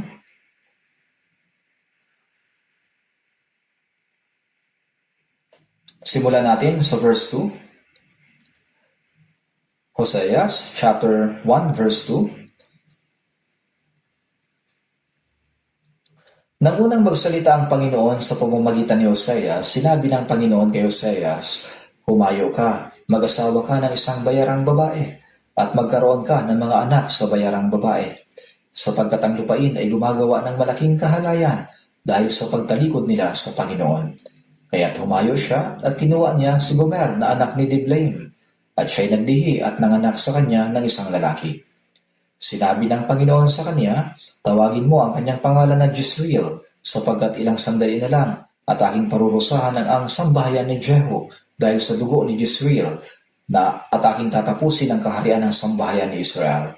At sa verse 6, siya'y muling naglihi at nanganak ng isang babae, at sinabi ng Panginoon sa kanya, "Tawagin mo ang kanyang pangalan na Lo-Ruhama, sapagkat hindi na ako mahabag sa sambahayan ni Israel, ni patatawarin pa sila." Dumako tayo sa verse 8. Nang maiwalay niya sa pagsususo si Lo-Ruhama, siya'y naglihi at nanganak na isang lalaki, at sinabi ng Panginoon, "Tawagin mo ang kanyang pangalan na Lo-Ami, sapagkat kayo'y hindi ko bayan, at ako'y hindi ninyo Diyos. Ibabalik ang Israel. Gayon may ang bilang ng mga anak ni Israel ay magiging parang buhangin sa dagat na hindi masusukat o mabibilang man. At sa dakong sinabi sa kanila, kayo'y hindi aking bayan, ay sasabihin sa kanila, kayo'y mga anak ng Diyos na buhay. Ang mga anak ni Juda at ang mga anak ni Israel ay magkakasama-sama, at sila'y maghahalal sa kanilang sarili ng isang pinuno, at sila'y magsisisampa mula sa lupain, sapagkat magiging dakila ang araw ng Jezreel. Ngayon naman ay sabay-sabay nating basahin ang Oseas chapter 2 verse 1. Sabihin ninyo sa inyong mga kapatid na lalaki, Ami, at sa inyong mga kapatid na babae, Ruhama. Sa chapter 1 verse 2, sinabi, nang unang magsalita ang Panginoon sa pamamagitan ni Oseas. Hindi lang binigyan ng Diyos si Oseas ng mensahe para mangaral sa mga tao. Sa halip, ipinahayag ng Diyos ang kanyang kalooban sa pamamagitan mismo ng buhay ng propetang si Oseas. Ang buhay ng propeta ay ang larawan ng puso ng Diyos at ng plano ng pagtubos. Kung susuriin, ang buhay ni Propeta Oseas ay malinaw na nagpapaliwanag sa kasaysayan ng pagtubos na ginawa ng Diyos. Dito, sinabi ng Diyos kay Oseas, "Humayo ka, mag-asawa ka ng isang bayarang babae, at magkaroon ka ng mga anak sa bayarang babae." Kaya't nang marinig niya ang salita ng Diyos, kinuha niyang asawa si Gomer na isang babaeng immoral, isang babaeng mapakiapid, at nagkaroon sila ng 3 anak. Ang una ay si Jezreel, ang ikalawa ay ang babae na si Lo-Ruhama, at ang ikatlo ay si Lo-Ami. Dito, si Hosea ay isang anino o larawan ng Diyos, at ang immoral na babae na si Gomer, pati ang 3 anak na ipinanganak niya, ay tumutukoy hindi lamang sa Israel, kundi pati na rin sa lahat ng makasalanang tao na espiritual na nangalunya at kabilang kay Adan. Kinuha ni Hoseas ang bayarang babae na si Gomer at ginawang kanyang asawa. Gaya nito, hindi ba't ito ay isang anino ng Diyos na nagligtas sa lahat ng makasalanan na kabilang kay Adan na espiritual na mga pangalo niya at ginawa silang kanyang mga asawa? Kaya ito ay anino ng Diyos. Ang hiwalayan ang sariling asawa ay isang immoral na bagay, hindi ba? Gaya nito, iniwan natin ang Diyos na may lalang at naglingkod tayo sa mga Diyos-Diyosan. Iniwan natin ang Diyos na tagapaglikha at mas minahal natin ang higit ang sanlibutan. Kung babasahin natin sa Santiago 4:4, mga ngalunya, hindi ba ninyo nalalaman na ang pakikipagkaibigan sa sanlibutan ay pakikipag-away sa Diyos? Sa espiritual na pananaw, kung iiwan natin ang Diyos at maglilingkod sa ibang bagay, o ilalagay ang ibang bagay na una sa Kanya, iyon ay espiritual na pangangalunya. Tayo ay mga espiritual na mapakiapid na kabilang kay Adan. Gaya ng sinabi ng Diyos kay Hoseas, kunin si Gomer bilang kanyang asawa. Ito ay tumutukoy sa Diyos na sa atin ay nagligtas. Tayo ay espiritual na mapakiapid kay Adan. Ngunit sa pamamagitan ng Jesucristo, ginawa niya tayong katuwang sa pag-ibig. At 3 anak ang ipinanganak sa kanya, hindi ba? Ang pangalan ng una ay Jezreel, ang ikalawa ay Lo-Ruhama, at ang ikatlo ay Lo-Ami. Tungkol kay Jezreel, sa verse 4, sinabi, tawagin mo ang kanyang pangalan Jezreel, sapagkat ilang sandali na lang at aking parurusahan ang sambahayan ni Jehu dahil sa dugo ni Jezreel, at aking tatapusin ang kaharian ng sambahayan ni Israel. Ibig sabihin, mangwawasak ang Diyos at tatapusin niya ito. Ang kahulugan ng Lo-Ruhama ay hindi kinahabagan. Ang kahulugan ng Lo-Ami ay hindi kubayan. Anong sinasabi nito? Sa katunayan, kay Adan, hindi natin matatanggap ang awa ng Diyos. Tayo ay makasalanan mula sa ninuno nating si Adan, hindi ba? Hindi tayo bayan ng Diyos. At sa huli, tayo ay nakatakdang mawasak at mapuksa.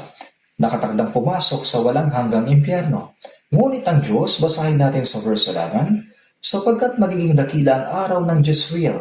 At sa verse 12, sabihin ninyo sa inyong mga kapatid na lalaki, Ami, at sa inyong mga kapatid na babae, Ruhama. Tumutukoy ito sa pagdiligtas. Patuloy na pagpapalago at pag-aaruga niya sa atin kay Kristo. Nagaya ng sinabi, magiging dakila ang araw ng Jezreel.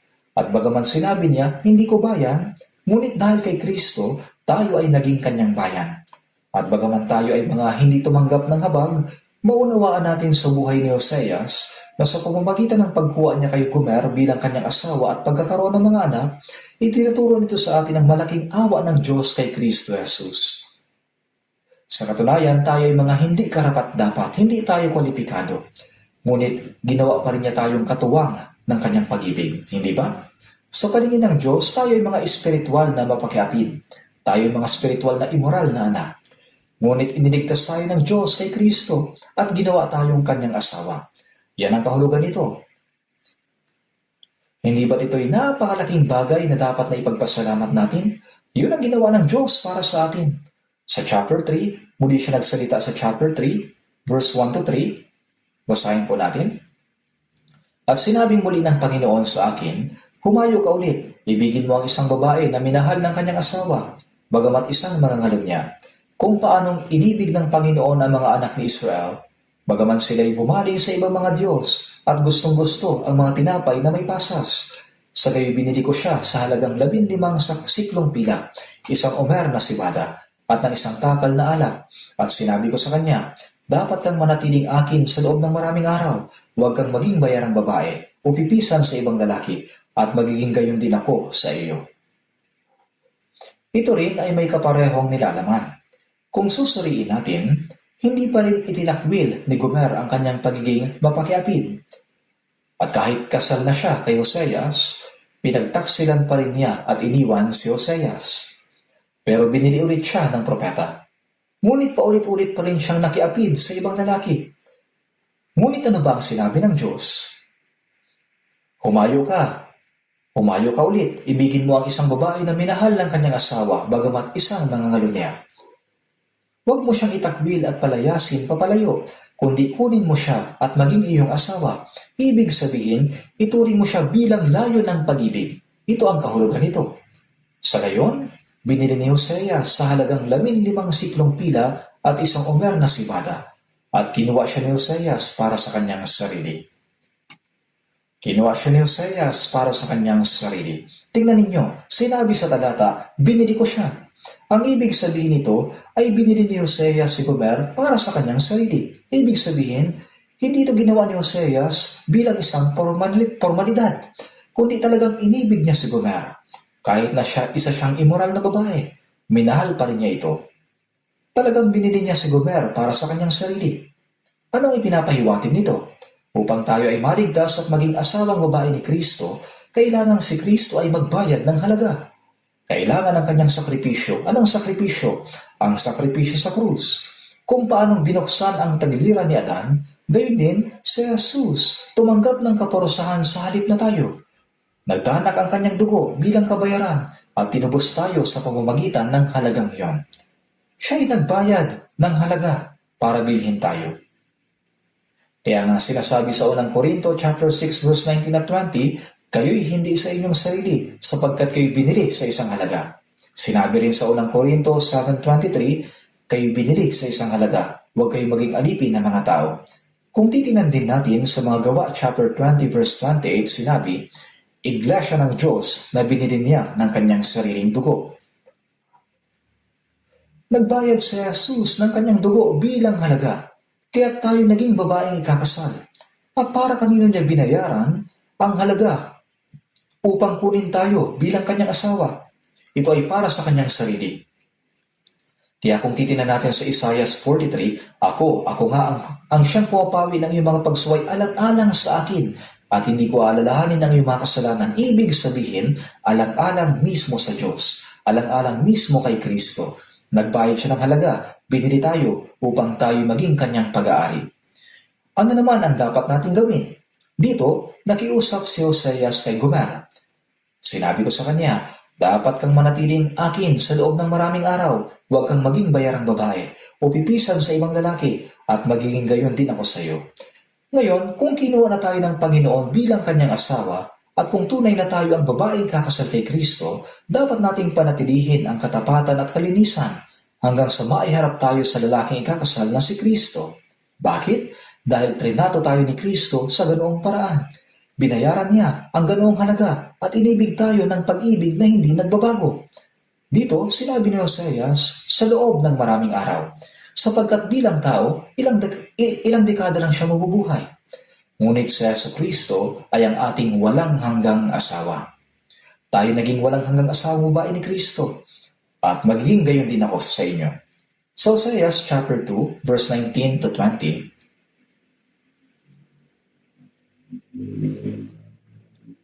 Hosea chapter 2 verse 19 to 20, at gagawin kitang asawa ko magpakailanman, gagawin kitang asawa ko sa katuwiran at sa katarungan, sa tapat na pag-ibig at sa kaawaan, gagawin kitang asawa ko sa katapatan at makikilala mo ang Panginoon. Sinabi, at gagawin kitang asawa ko magpakailanman. Si Kristo ang ating asawang lalaki at tayo ang kanyang asawang babae. Ito ay naging isang walang hanggang relasyon ng pag-ibig. At kung titingnan, sa katuwiran at sa katarungan, sa tapat na pag-ibig at sa kaawaan at katapatan, mayroong 5 palamuti. Hayagang sinasabi na mayroong 2, ang katuwiran at pag-ibig. Kaya ipinasa niya ang katuwiran ni Kristo sa atin, at tayo ay iniligtas sa pamamagitan ng biyaya at sa pag-ibig doon sa krus. Kaya nga gagawin kitang asawa ko magpakailanman. Tayo nakapasok sa walang hanggang pag-ibig kasama ang Panginoon. Kaya ang kondisyon upang maging babaeng kakasal kay Kristo ay iisa lamang. Ito ang sumampalataya sa Ebanghelyong tinupad ni Kristo. Yan lang. Dapat nating malaman na sa gayon lamang tayo magiging asawang babae ni Kristo. Ngayon, tayo ay naligtas na at naging babaeng kakasal kay Kristo. Buksan natin ang Biblia sa Efeso chapter 5.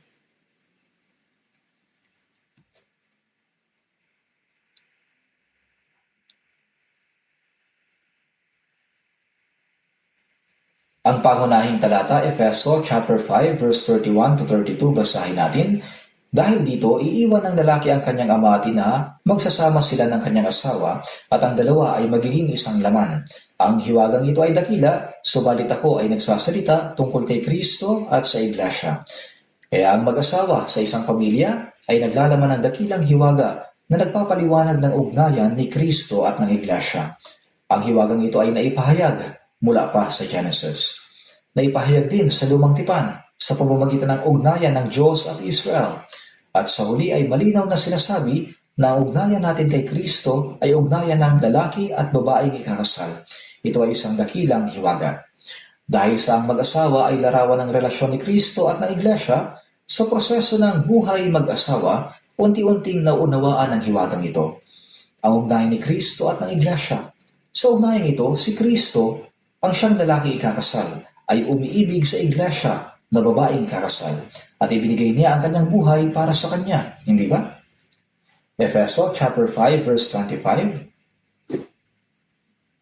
Efeso chapter 5 verse 25. Mga asawang lalaki, mahalin ninyo ang inyong mga asawa gaya ni Kristo na nagmahal sa Iglesia at ibinigay ang kanyang sarili alang-alang sa kanya. Efeso chapter 5 verse 2, at ibinigay ang kanyang sarili para sa atin bilang handog at alay sa Diyos upang maging samyo ng masarap na amoy. Si Jesus ang naging handog para sa atin. Ibinigay ang kanyang sarili sa atin bilang handog at alay sa Diyos. At sa unang Juan chapter 4 verse 10, siya ang umibig sa atin at sinugo ang kanyang anak na pantubos sa ating mga kasalanan. Si Jesus ang naging handog na pantubos para sa kasalanan, kaya nagkaroon tayo ng kapayapaan sa Diyos. Kaya kapag tinatrato ng asawang lalaki ang kanyang asawa, dapat niyang pag-isipang mabuti ang mga bagay na ito. At ninanais ni Kristo na maiharap niya sa kanyang sarili ang Iglesia bilang isang maluwalhating Iglesia. Tingnan natin sa verse 26. Upang kanyang pakabanalin siya na nilinis sa pamamagitan ng paghuhugas ng tubig sa salita, upang kanyang maiharap sa kanyang sarili ang isang maluwalhating Iglesia na walang batik o kulubot o anumang gayong bagay, kundi siya ay maging banal at walang dungis. Ang ibig sabihin ng walang dungis dito ay walang mancha. Kapag ang iyong damit ay namantsahan, nagmumukha itong marumi. At ang walang kulubot ay tumutukoy sa damit na walang gusot o lupot. Kapag ang damit mong suot ay gusot-gusot, hindi ito kaya-ayang tingnan, di ba? Nais ng Diyos na ang church, ang babaeng kakasal, ay maging walang mancha. At nais din niya na maiharap sa kanyang sarili ang maluwalhating Iglesia na walang kulubot. Kaya nga pinananatili niya itong malinis sa pamamagitan ng kanyang salita. Ibinibigay niya sa atin ang salita upang tayo ay hubugin. Bakit? Dahil nais niya na maiharap sa kanyang sarili na maluwalhati ang Iglesia. Kaya nga, inaalagaan at iniingatan niya tayo. Sa verse 28 at 30, gayon din naman, nararapat ibigin ng asawang lalaki ang kanya-kanyang sariling asawa gaya ng kanyang sariling mga katawan. Ang umibig sa kanyang sariling asawa ay umiibig sa kanyang sarili, sapagkat walang sino mang napuot sa kanyang sariling katawan, kundi inaalagaan at iniingatan ito, gaya naman ni Kristo sa Iglesia, sapagkat tayo ay mga bahagi ng kanyang katawan. Tungkol sa pagkikitungo ni Kristo sa Iglesia, mga asawang babae, huwag muna kayong makinig. Ito ay para sa mga asawang lalaki. Nais niyang maunawaan ninyo kung paano tinatrato ni Kristo ang Iglesia. Dahil sa ang Iglesia ay ang katawan at ang babaeng kakasal kay Kristo, iniingatan at inaalagaan niya ito. Kaya bilang mga asawang lalaki, nais ng Diyos na isabuhay ninyo ito sa inyong buhay pamilya. Ang tao ay likas na nag-aalaga at nag-iingat sa sarili niyang katawan. Ang Iglesia din ay naging babaeng kakasal kay Kristo. Kaya ito ay kanyang iniingatan at inaalagaan. Nais ng Diyos na lumago tayo, ibinibigay niya ang ating mga kailangan. Ano naman ang dapat na gawin ng Iglesia? Ang Iglesia ay dapat na sumunod at magpasakop kay Kristo. Sa verse 22 at 24, mga asawang babae, pasakop kayo sa inyong mga asawa gaya ng pagpapasakop ninyo sa Panginoon, sapagkat ang asawang lalaki ang ulo ng asawang babae, gaya ni Kristo na ulo ng Iglesia, na siya ang tagapagligtas ng katawan. Subalit kung paano ang Iglesia ay nagpapasakop kay Kristo, gayon din ang mga asawang babae sa kanilang mga asawa sa lahat ng mga bagay. Ang responsibilidad ng iglesia ay tanggapin ang pag-aaruga at pag-aalaga ni Kristo. At sa lahat ng bagay, ibig sabihin, sa bawat aspeto at sa bawat gawain, ay dapat na sumunod at magpasakop sa Kanya. Yan ang tungkulin at responsibilidad ng iglesia sa harapan ni Kristo. Habang namumuhay bilang mag-asawa, dapat itong pag-isipang mabuti ng mga asawang babae. Dapat nilang isabuhay at maisakatuparan ang mga bagay na ito. Kaya dapat isipin ng bawat mag-asawa na ang kanilang relasyon ay naglalaman ng hiwaga ng kaugnayan ni Kristo at ng iglesia. Ngayon, ano naman ang larawan ni Kristo na siyang pinakikinggan at ginagalang ng iglesia? Maraming halimbawa sa Biblia. Buksan natin sa Awit ng mga Awit, chapter 5. Magandang pagbulayan ang bahaging ito. Tayo ang babaeng kakasal at si Kristo ang lalaking kakasal. Ang larawan ng lalaking kakasal na ating iginagalang ay ganito. Basahin natin ang verse 9. Awit ng mga Awit, chapter 5, verse 9. Ano ang iyong mahal na higit kaysa ibang mahal? O ikaw na pinakamaganda sa mga babae? Ano ang iyong mahal na higit kaysa ibang mahal? Na gayon ang iyong bilin sa amin. Ang aking minamahal ay maningning at mamula-mula, namumukod tangi sa 10,000. Ang kanyang ulo ay pinakamainam na ginto. Ang bungkos ng kanyang buhok ay maalon-alon at kasing itim ng uwak. Ang kanyang mga mata ay tulad ng mga kalapati sa tabi ng mga bukal ng tubig, na hinugasan ng gatas at tamang-tama ang pagkalagay. Ang kanyang mga pisngi ay gaya ng pitak at ng mga pabango na nagsasabog ng halimuyak. Ang kanyang mga labi ay mga liryo na nagbibigay ng lusaw na mira. Ang kanyang mga kamay ay mga singsing na ginto na nilagyan ng mga hiyas. Ang kanyang katawan ay gaya ng yaring-garing na binalot ng mga safiro. Ang kanyang hita ay mga haliging alabastro na inilagay sa mga patungang ginto. Ang kanyang anyo ay gaya ng Lebanon na marilag na gaya ng mga sedro. Ang kanyang pananalita ay pinakamatamis. Basahin natin ang sabay-sabay. At siya'y totoong kanais-nais. Ito'y aking sinta at ito'y aking kaibigan o mga anak na babae ng Jerusalem. Dito, tinanong ng mga anak na babae ng Jerusalem ang babaeng Shulamita na siyang asawang babae. Ano ang pinagkaiba ng iyong minamahal sa iba? Bakit siya naiiba sa ibang mga lalaki? Ganito rin, kapag ang mga hindi mananampalataya ay nagtatanong sa atin na mga naligtas, sinasabi nila, bakit ka ba nababaliw kay Jesus? Ano ba ang meron sa kanya? Ang larawan ng Panginoon na ating iginagalang ay nasa verse 10. Ang aking minamahal ay maningning at mamula-mula, na namumukod tangi sa 10,000. Ang aking minamahal ay maningning at mamula-mula. Ang malinaw na katangian niya ay maningning at mapula. Ang maningning ay tumutukoy kay Jesus na banal at dalisay. Ano naman ang pagiging mapula? Ito ay kulay ng dugo. Tumutukoy ito kay Jesus na nagbuhos ng kanyang dugo, nagpatawad sa ating mga kasalanan at nagpakita ng kanyang pag-ibig sa atin. Kaya ang maningning at mamula-mula ay tumutukoy sa katangian ni Jesus at sa kanyang ginawa para sa atin. At dito ay sunod-sunod niyang binanggit ang 10 bagay. Ang kanyang ulo, buhok, mga mata, mga pisngi, mga labi, mga kamay, katawan, mga binti, anyo at bibig. Ang bilang na 10 ay tumutukoy sa kabuuan. Kaya nga sinasabi na siya'y totoong kanais-nais. Ang kanyang ulo ay pinakamainam na ginto. Ang dalisay na ginto ay hindi nagbabago.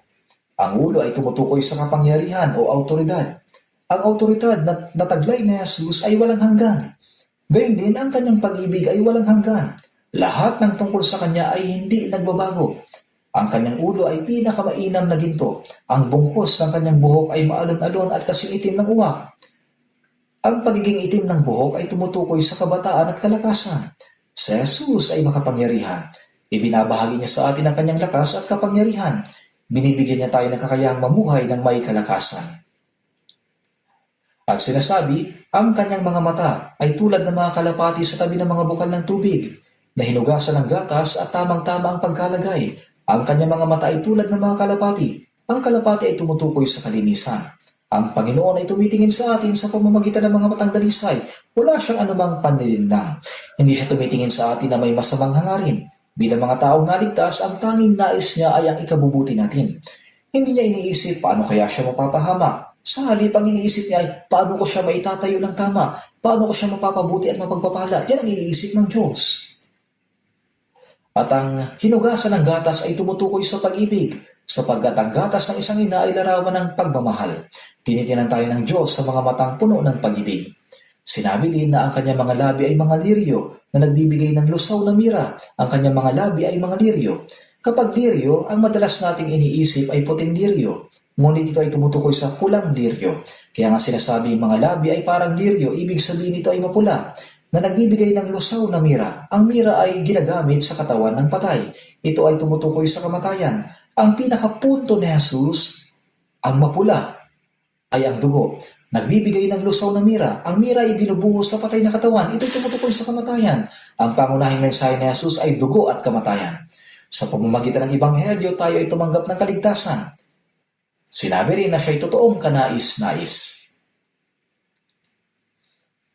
Ang Panginoon ating pinagdilingkuran, walang kakulangan. Siya'y perpekto sa lahat ng bagay. At ano naman ang anyo ng babaeng kakasal na kinalulugan ng lalaki? Makikita natin sa chapter 4. Awit ng mga awit, chapter 4, verse 1 to 5. O napakaganda mo, mahal ko. Talagang ikaw ay maganda. Ang iyong mga mata ay mga kalapati sa likod ng iyong talukbong. Ang iyong buhok ay gaya ng kawan ng mga kambing na bumababa sa gilid ng bundok ng Gilead. Ang iyong mga ngipin ay gaya ng mga kawan ng mga batang tupa na bagong gupit na nagsiahon mula sa paglilinis, na bawat isa'y may anak na kambal at walang nagluluksa isa man sa kanila. Ang iyong mga labi ay gaya ng pising mapula at ang iyong bibig ay kahali-halina. Ang iyong mga pisngi ay gaya ng kalahati ng granada sa likod ng iyong talukbong. Ang iyong leeg ay gaya ng tore ni David na itinayo upang pagtaguan ng mga sandata na kinabibitina ng libong kalasag, na ang lahat ay mga kalasag ng mga mandirigma. Kung titingnan natin sa chapter 3, makikita natin na ang asawang babae ay dumating sa harapan ng asawang lalaki sakay ng karwaheng ipinadala. Ito ay larawan ng babae na nakatayo sa harapan ng lalaki upang sila'y magpakasal. Ipinapakita nito kung ano ang anyo ng babae na kinalulugdan ng Panginoon na siyang lalaking ikakasal. Dito ay makikita natin ang sinabi, O napakaganda mo, mahal ko. Talagang ikaw ay maganda. Sinasabi ng Diyos na tayo ay maganda, napakaganda. Lahat ng babaeng inilarawan sa Biblia bilang larawan ng asawang babae ni Kristo ay talagang magaganda. Si Eva, gaano ba siya kaganda? Ito'y buto ng aking mga buto at laman ng aking laman. At si Sarah na asawa ni Abraham, gaano ba siya kaganda? Maganda pa rin siya kahit siya ay 70 taong gulang na. Si Rebecca na asawa ni Isaac, napakaganda rin niya, hindi ba? At si Raquel na asawa ni Jacob, naglingkod si Jacob ng 14 na taon upang siya'y mapangasawa. Ipinapakita nito kung gaano niya pinahalagahan at minahal si Raquel. Ganoon din tayo tinitingnan ng Diyos. Ang bawat isa sa atin ng mga taong naligtas ay sinasabihan niya, napakaganda mo, mahal ko. Talagang ikaw ay maganda. At sinasabi rin, ang iyong mga mata ay tulad ng mga kalapati. Ang kalapati ay tumutukoy sa kalinisan, hindi ba? Kapag tumitingin tayo sa Panginoon ng may tunay na kadalisayan at walang anumang pagkukunwari, ang ating buong pagtitiwala ay nasa Kanya, buong pananabik natin siyang hinahanap, at sa Kanya lamang tayo umaasa, tiyak na lubos na nalulugod ang Panginoon. Ang iyong buhok ay gaya ng kawan ng mga kambing na bumababa sa gilid ng bundok ng Gilead. Dahil sa ang kawan ng mga kambing ay nakalatag sa gilid ng bundok, ito ay naglalarawan sa mahabang buhok. Sa Biblia, ang mahabang buhok ay tumutukoy sa pagsunod. Ang nais ng Panginoon ay isang masunuring asawa. Ang iyong mga ngipin ay gaya ng mga kawan ng mga batang tupa na bagong gupit na nagsiahon mula sa paglilinis, na bawat isa ay may anak na kambal at walang nagduluksa isa man sa kanila. Ibig sabihin, ang mga ngipin ay pantay-pantay at maayos ang pagkakahanay. Kapag ang mga ngipin ay maayos ang pagkakalagay, mahusay ang pagnguya. At kapag maayos ang pagnguya, mas natutunaw ang pagkain. Nalulugod ang Diyos sa asawang babae na nakikinig sa kanyang salita, lubos itong inuunawa at isinasabuhay. Pagkatapos ay sinabi, ang iyong mga labi ay gaya ng pising mapula. Para bang mula sa kanyang mga labi ay patuloy na lumalabas ang pulang sinulid. Ano ba ang nais ng Diyos na lumabas mula sa bibig ng mga taong naligtas? Ang mensahe ay tulad ng pulang sinulid. Ito ay kulay ng dugo. Nais ng Diyos na sa ating patotoo ay palaging lumabas ang Ebanghelyo, ang tungkol sa mahalagang dugo ni Kristo. Ipinapahayag natin si Kristo na ipinako sa krus. Kaya nga sa bawat detalye rito, malinaw na makikita kung ano ang kinalulugdan ni Kristo sa iglesia na siyang babaeng kakasal. Ang iyong leeg ay gaya ng tore ni David na itinayo upang pagtaguan ng mga sandata. Sa Biblia, ang leeg ay tumutukoy sa kalooban o paninindigan. Kapag nakikita ng Panginoon na isang taong naligtas na matatag at hindi natitinag, hindi nagpapadala sa mga bagay na makasanlibutan, hindi nagpapadaig sa dyablo, at nananatiling tapat at malinis sa kanyang pananampalataya, tiyak na labis itong ikinalulugod ng Panginoon. Kaya dapat din nating pag-isipan mula sa Biblia kung ano ang anyo ng Panginoon na ating iginagalang at minamahal. Habang mas malinaw nating naunawaan kung sino ang Panginoon na ating pinaniniwalaan, lalo ring tumitibay ang ating pananampalataya. At kapag naunawaan natin kung anong uri ng babaeng kakasal ang ninanais ng Panginoon, kung anong uri ng pamumuhay ang nagpapasaya sa Kanya, magsisikap tayo na maging katulad nito para mabigyan ng kasiyahan ng Panginoon. At sa huli, sa pagtatapos ng kasaysayan, sinasabing mayroong paghuhukom sa mahalay na babae at mayroon ding walang hanggang pagpapala na ibibigay sa iglesia. Pag-isipan natin ito ng sandali. Buksan natin sa Apokalipsis chapter 19. Apokalipsis chapter 19.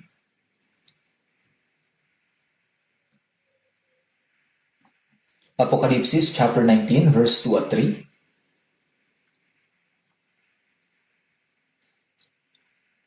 Verse 2 at 3. Sapagkat tunay at matuwid ang kanyang mga paghatol, hinatulan niya ang tanyag na mahalay na babae na nagpasama sa daigdig sa pamamagitan ng kanyang pakikiapid at ipinaghiganti ng Diyos ang dugo ng kanyang mga alipin laban sa babae. At sa ikalawang pagkakataon ay kanilang sinabi, Alleluia. Tingnan natin sa verse 7. Tayo'y magalak at tayo'y magpakasaya at ibigay natin sa kanya ang kaluwalhatian, sapagkat dumating na ang kasal ng kordero at inihanda na ng kanyang magiging asawa ang kanyang sarili, at sa kanya ipinagkaloob na magsuot ng pinong lino, makintab at malinis, sapagkat ang pinong lino ay ang matutuwid na gawa ng mga banal. At sinabi ng anghel sa akin, isulat mo, mapapalad ang mga inanyayahan sa hapunan ng kasalan ng kordero. At sinabi niya sa akin, ito ang mga tunay na salita ng Diyos.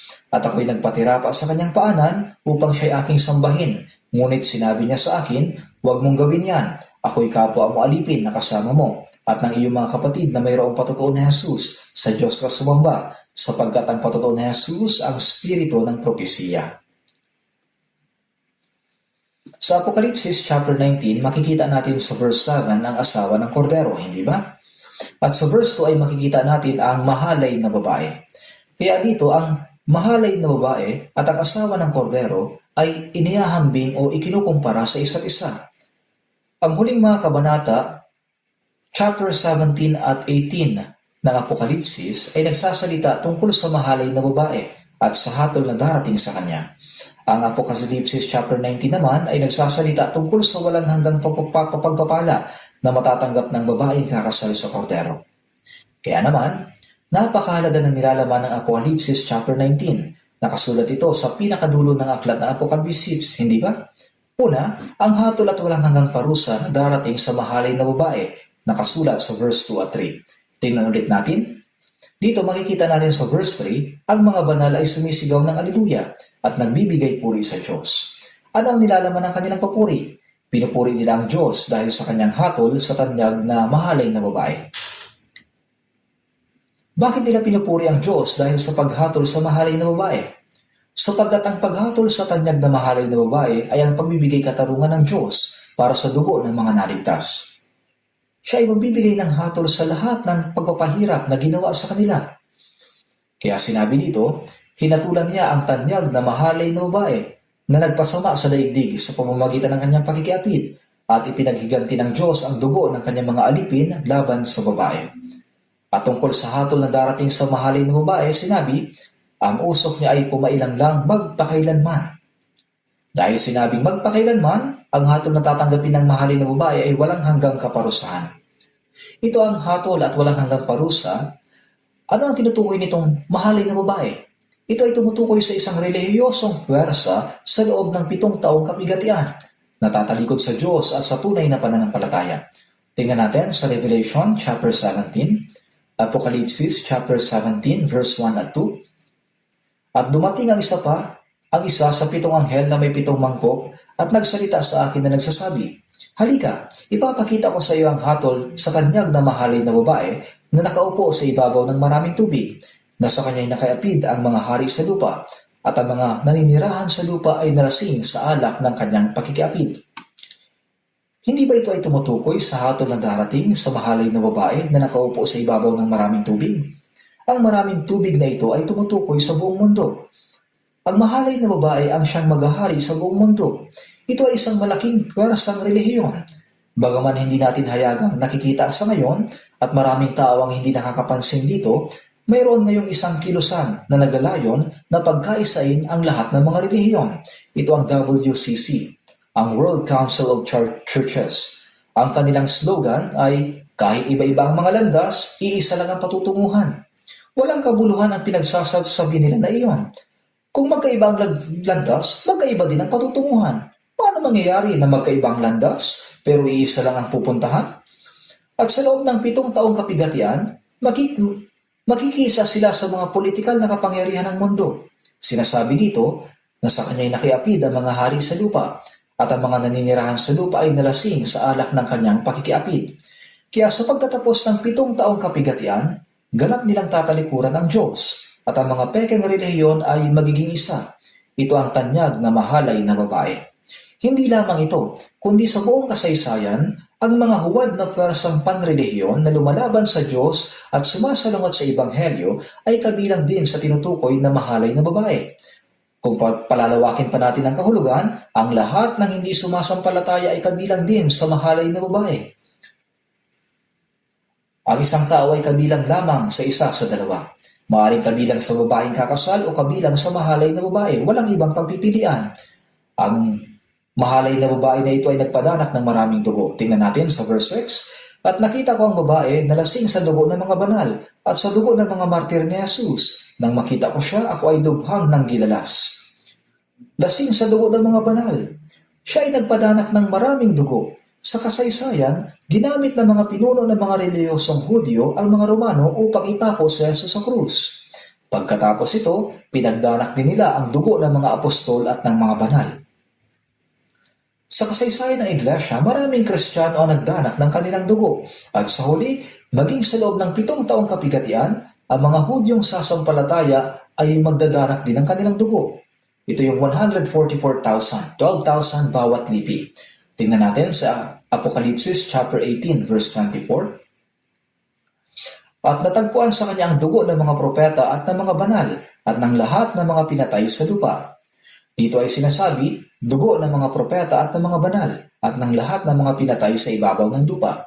Kaya ang tanyag na mahalay na babae ay hindi lamang tumutukoy sa relihiyosong kapangyarihan na mamumuno sa loob ng 7 taon kapigatian. Kasama rin dito ang huwad na Kristyanismo sa buong kasaysayan ng Iglesia at ang mga puwersang hindi sumasampalataya. Kasama rin dito ang lahat na nangangaral ng ibang Jesus, ng ibang-ibang spirito at ng ibang ebanghelyo. Lubos na hatulan ng Diyos ang mga ito. Kaya sinabi, ang usok at ng hirap nila ay papailan lang magpakailanman. Ito'y walang hanggang kaparusahan. Ang mga naligtas na banal ay dapat ganap na hiwalay sa mundong ito. Dapat hiwalay tayo. Sa katunayan, ang salitang iglesia ay tumutukoy sa grupo na tinawag at ibinukod ng Diyos. Basahin natin ang Apokalipsis chapter 18 verse 4. Apokalipsis chapter 18 verse 4. At narinig ko ang isa pang tinig na mula sa langit na nagsasabi, "Magsilabas kayo sa kanya, bayan ko, upang huwag kayong madamay sa kanyang mga kasalanan at huwag kayong makibahagi sa kanyang mga salot." Ibig sabihin, hindi tayo dapat makibahagi doon. Kailangan nating lubos na mahiwalay. Kaya sa Revelation chapter 17, 18 at 19, makikita ang paghuhukom na tatanggapin ng dakilang mahalay na babae at ang walang hanggang kaparusahan. Sapagkat sa kasaysayan ay nagbuhos siya ng maraming dugo ng Kristiyano, kaya ipinapakita na gagantihan siya ng Diyos. Ngunit ipinapakita din dito ang pagpapala na tatanggapin ng mga taong naligtas. Sa Apokalipsis chapter 19 verse 6 to 7, basahin natin. Narinig ko ang gaya ng isang tinig ng napakaraming tao, gaya ng lagaslas ng maraming tubig, at gaya ng dagundong ng malalakas na kulog na nagsasabi, "Alleluia! sapagkat nagahari ang Panginoon nating Diyos na makapangyarihan sa lahat. Tayo magalak at tayo'y magpakasaya at ibigay natin sa Kanya ang kaluwalhatian, sapagkat dumating na ang kasal ng kordero at inihanda na ng kanyang magiging asawa ang kanyang sarili. Kaya mga kapatid, tayo ang babaeng ikakasal sa kordero. Sinasabi, dumating na ang kasal ng kordero. Bakit tinawag na kordero si Jesus? Ang tanging kondisyon upang maging babaeng ikakasal sa kordero ay tanggapin ang kordero. Kordero, ibig sabihin, si Jesus ay handog na namatay sa krus. Narito ang kordero ng Diyos na nag-aalis ng kasalanan ng sanlibutan. Dapat nating tanggapin na si Jesus ang naging sakripisyo na umako sa ating mga kasalanan at namatay sa krus bilang kapalit natin. Kailangan nating tanggapin na dahil doon, ang ating mga kasalanan ay pinatawad na magpakailanman ng lubusan. Saka lamang tayo magiging babaeng kakasal kay Kristo. Sa katunayan, sa lahat ng 66 na aklat sa Biblia, ang aklat na pinakamadalas tumutukoy kay Jesus bilang kordero ay ang Apokalipsis. Kung babasahin ninyo ang buong aklat ng Apokalipsis, mapapansin ninyo na si Jesus ay tinawag na kordero ng 27 times. 27 beses. Mas madalas itong lumitaw kaysa ibang aklat sa Biblia. Binigyang din si Jesus bilang kordero. Ang tanging kondisyon upang maging babaeng kakasal kay Kristo ay tanggapin si Jesus bilang kordero. Dapat nating tunay na tanggapin si Jesus bilang ating tagapagligtas. Sinasabi rin, dumating na ang kasal ng kordero. Anong ibig sabihin nito? Ibig sabihin, dumating na ang itinakdang panahon. Kapag natapos na ang panahon ng iglesia, darating ang takdang panahon ng ikalawang pagdating ng Panginoon. Sa kanyang pagdating, kukunin ng Panginoon ang mga naligtas at doon magaganap ang tunay na kasalan sa langit. Habang tayo ay narito pa sa lupa, ang mga naligtas ay nasa kaligayan ng pagkikipagtipan kay Kristo. Ang mismong seremonya ng kasal ay magaganap sa langit. Kaya habang tayo ay nabubuhay pa sa mundong ito, tayo ay tulad ng mga malilinis na berhen na balang araw ay kakasal sa kordero. Ito ang dahilan kung bakit sinabi ni Apostol Pablo sa 2 Corinto chapter 11 verse 2, "Kayo'y itinakda kong mapangasawa ng isang lalaki na kayo maiharap ko kay Kristo bilang isang malinis na berhen." Habang tayo ay narito pa sa mundong ito, hinihintay natin ang araw ng kasal bilang malilinis na berhen. Ang mismong kasalan ay magaganap sa langit. Kaya mga kapatid, ano ang pinakamasayang araw sa buhay ng isang tao sa lupa? Hindi ba ito ang araw ng kasal? Si Jesus ang lalaking kakasal at tayo ang babaeng kakasal. Kapag tayo ay nakasama na ni Jesus magpakailanman, napakalaki ng kagalakan na ating mararanasan. Kaya ngayon ay magiging isang araw ng matinding pagdiriwang at pagsasaya. Sinasabi sa verse 6, gaya ng isang tinig ng napakaraming tao, gaya ng lagaslas ng maraming tubig. Napakalakas ng kanilang pagpupuri. Bakit? Sapagkat napakasaya ng araw na yon. Noong una kong mabasa ang mga salitang gaya ng lagaslas ng maraming tubig, hindi ko lubos maisip kung ano ang kahulugan nito. Ngunit nang minsan, tumayo ako sa harap ng Iguazu Falls at narinig ko ang napakalakas na dagundong ng rumaragas ang alon. Saka ko naunawaan kung ano ang ibig sabihin ng paglalarawang yon. Kapag ang mga naligtas ay dinala na roon at naging babaeng kakasal sa kordero, mapupuno sila ng labis na kagalakan at kasiyahan. Kaya buong puso silang aawit ng papuri sa Diyos. Kaya nga sinasabi sa verse 7, tayo magalak at tayo'y magsaya. Tunay na mararanasan nila ang malalim na pasasalamat at napakalaking kagalakan. Sa panahong yon, darating ang takdang oras para sa kasal ng kordero at ang babaeng kakasal ay magiging asawa na ng kordero. Makikibahagi rin siya sa paghatol na isasagawa ng lalaking ikakasal. Makikibahagi siya sa kaluwalhatiang taglay ng lalaking ikakasal. Makikibahagi siya pareho. Kaya naman sa Apokalipsis chapter 19 verse 11 to 16, inilarawan ang pagbabalik ng Panginoon sa lupa upang hatulan ang sanlibutan. Sa Apokalipsis chapter 21 at 22, ito ay tungkol sa walang hanggang bagong langit at bagong lupa. Kapag bumalik na si Jesus sa lupa, sinasabi sa Apokalipsis chapter 19 verse 12, sa kanyang ulo ay maraming diadema. Bakit maraming korona ang isusuot sa ulo ni Jesus? Sa Apokalipsis chapter 4, inilalagay ng mga banal sa harapan niya ang lahat ng koronang tinanggap nila. Kaya ang katotohanan isinuot ni Jesus ang mga koronang iyon sa kanyang pagbabalik upang hatulan ng sanlibutan ay nagpapakita na kanyang kinikilala at binibigyang katarungan ang lahat ng paghihirap, sakripisyo at tapat na pagdilingkod ng mga taong naligtas. At kapag dumating si Jesus na nakasakay sa isang puting kabayo, ang mga naligtas ay susunod sa kanya na nakasakay din sa puting kabayo. Ito ang sinasabi sa Apokalipsis chapter 19 verse 14. Na pagdating ni Jesus sakay ng puting kabayo, naroon din ang mga taong naligtas. Sa verse 14, ang mga hukbo ng langit ay sumusunod sa kanya na mga nakasakay sa mga kabayong puti at sila'y may damit na pinong lino, maputi at dalisay. May damit na pinong lino, maputi at dalisay. Ito ay tumutukoy sa mga banal. Sila'y bahagi ng paghatol na yon at makikibahagi rin sa kaluwalhatian ng walang hanggang bagong langit at bagong lupa. Kung gayon, bilang mga babaeng ikakasal sa kordero, paano tayo dapat mamuhay habang narito pa sa mundong ito?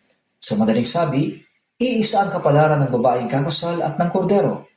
Ang lalaking kakasal at ang babaeng kakasal ay may iisang kapalaran.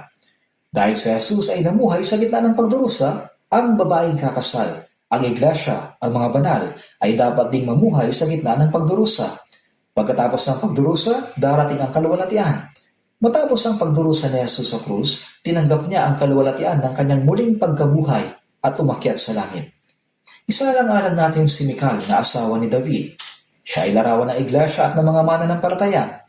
Si David ay nagdusa muna bago pumasok sa kaluwalhatian. Ngunit nang tumanggap si David ng kaluwalhatian, si Mical ay hindi naging kabahagi sa kaluwalhatian. Bakit? Sapagkat hindi siya nakibahagi sa mga pagdurusa na pinagdaanan ni David. Habang si David ay nagdurusa, si Mical ay naging asawa ng ibang lalaki, ni Palti. Nang maglaon nang maging hari si David, muling niyang kinuha si Mical at tinanggap siyang muli bilang kanyang asawa. Gayunpaman, hindi siya naging kabahagi sa kaluwalhatian ni David sapagkat hindi siya nakibahagi sa kanyang mga pagdurusa. Kung ako nga ay tunay na babaeng ikakasal kay Kristo, dapat lang na makibahagi rin ako sa mga pagdurusa ng Panginoon. Sinabi rin, ang kanyang asawa ay naghanda ng kanyang sarili. Ibig sabihin, inihanda niya ang kanyang sarili. Mga kapatid, matapos maligtas, ang natitira nating buhay ay panahon ng paghahanda ng ating sarili para sa Panginoon. Kung gayon, ano naman ang iglesia? Sa isang banda, ito ay tulad sa isang waiting room ng babaeng kakasal. Ito ay maihahambing sa isang silid kung saan naghahanda at nag-aayos ang babaeng kakasal bago humarap sa lalaking kanyang pagkakasalan. Sa tuwing tayo ay natitipon sa iglesia, dapat nating ihanda ang ating mga puso at isipan sa pamamagitan ng salita ng Diyos. Kaya tayo ang babaeng kakasal kay Kristo. Sa pagharap natin sa lalaking kakasal, hindi tayo dapat nakasuot ng punit-punit na damit na marumi at nadungisan ng kasalanan. Kaya ang Panginoon na naligtas sa atin ay nagbihis sa atin ng kasuotan ng katuwiran. Siya rin ang humuhubog at nagpapabanal sa ating pamumuhay. Dapat din tayong lumakad sa landas ng kapakumbabaan at kapayapaan. Kaya sa Mateo chapter 11 verse 29, pasanin niyo ang aking pamato at matuto kayo sa akin sapagkat ako'y maamo at may mapagpakumbabang puso. Tingnan din natin sa Apokalipsis chapter 19 verse 5. At lumabas ang isang tinig sa trono na nagsasabi, purihin ninyo ang ating Diyos, kayong lahat ng mga alipin niya, at kayong natatakot sa kanya, mga hamak at dakila. Sabi rito, mga alipin niya. Ang tinutukoy rito ay hindi ang mga anghel, kundi ang mga taong naligtas. Bakit sila tinatawag na mga alipin? Sapagkat habang nabubuhay tayo sa mundong ito, tayo ay naglilingkod sa gawain ng Panginoon. Dapat nating laging alalahanin na ang gawa ng Panginoon ay ang magtipon ng babaeng kakasal para kay Kristo. Yamang tayo mismo ay naging babaeng kakasal, dapat lamang na buong puso rin nating italaga ang ating sarili sa pag-akay sa iba upang sila rin ay maging babaeng kakasal kay Kristo. Sa araw na ito, ating pinag-aralan ang kabuuang mensahe ng Biblia sa ilalim ng paksang ang dakilang hiwaga, si Kristo at ang Iglesia. Manalangin na tayo. Ama naming nasa langit, maraming salamat po sa pagbibigay ninyo sa amin ng mahalagang pagkakataon upang sama-sama naming mapag-aralan ang inyong salita. Buong puso kami nagpapasalamat sa inyo sapagkat iniligtas ninyo kami na dati tulad sa mga espiritual na mga ngalunya sa inyong harapan. At ginawa ninyo kami mga babaeng kakasal kay Kristo. Bagaman marami kaming kakulangan, hinihiling namin na patuloy ninyo kaming gabayan sa aming pamumuhay upang sa maling pagdating ng Panginoon ay tumayo kami sa inyong harapan bilang maluwalhating iglesia na walang dungis o kulubot ayon sa inyong ninanais. Tulungan niyo po kaming gugulin ang nalalabi naming buhay bilang mga taong karapat-dapat na maging babaeng kakasal kay Kristo.